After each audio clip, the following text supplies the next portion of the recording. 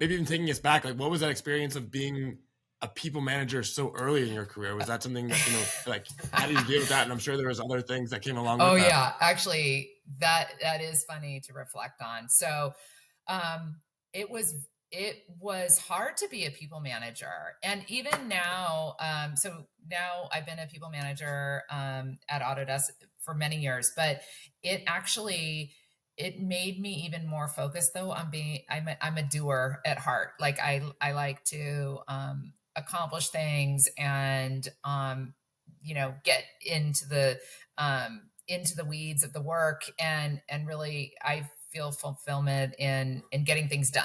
So being a people manager was different, as a whole different set of skills to ensure that your team, I had a team of three, so I didn't have very many people, but still to make sure that they're happy with their job, they're doing good quality work. And when they weren't there, it was one of those positions where then you had your own work and their work to do, and managing that. And I didn't have any training either. I mean, we were at a company where all I could do was model it based on my own manager. And I wasn't really given any specific, particular tools or skills training to help me really be successful in that space. So I found it challenging for sure. And it when I left, so I was at the law firm for about 3 years, and when I left, I had zero interest in being a people manager again. I didn't like it. That's actually really interesting. We've never really heard that before. Can you dive into that a bit more of just maybe, the grass is always greener when you're thinking of the next company, but can you talk about that process of integrating yourself, I guess, within Yeah. that next company, or like you talked about? Yeah, I mean, when you start at a new company, a new job, I mean, you've really got to prove yourself, right?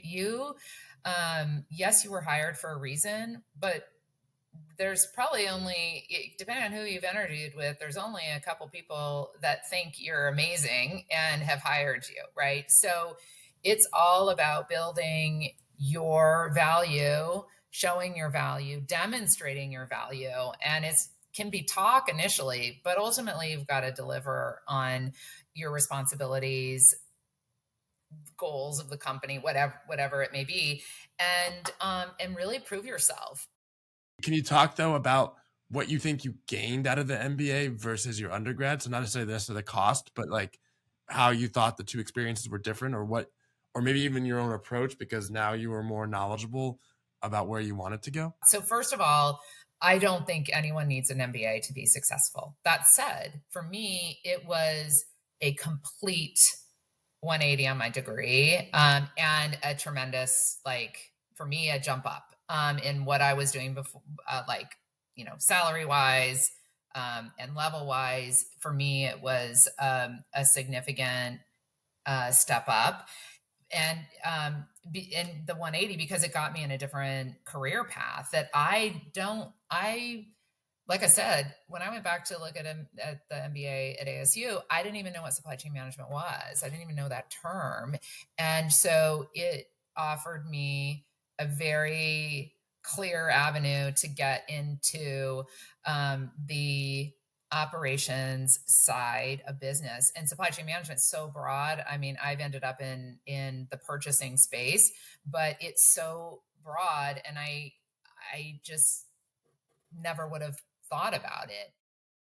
If you had to make a recommendation for either a student in school or for the person in the first 6 months of their first job, what would be one or two things you would over index on, uh, do more of? oh my gosh. Okay, great question. I would say be curious.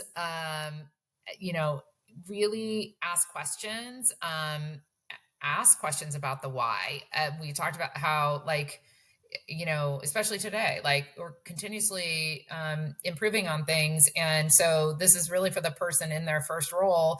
Like, ask questions. This is, you bring value by having like this outside perspective, a fresh look, and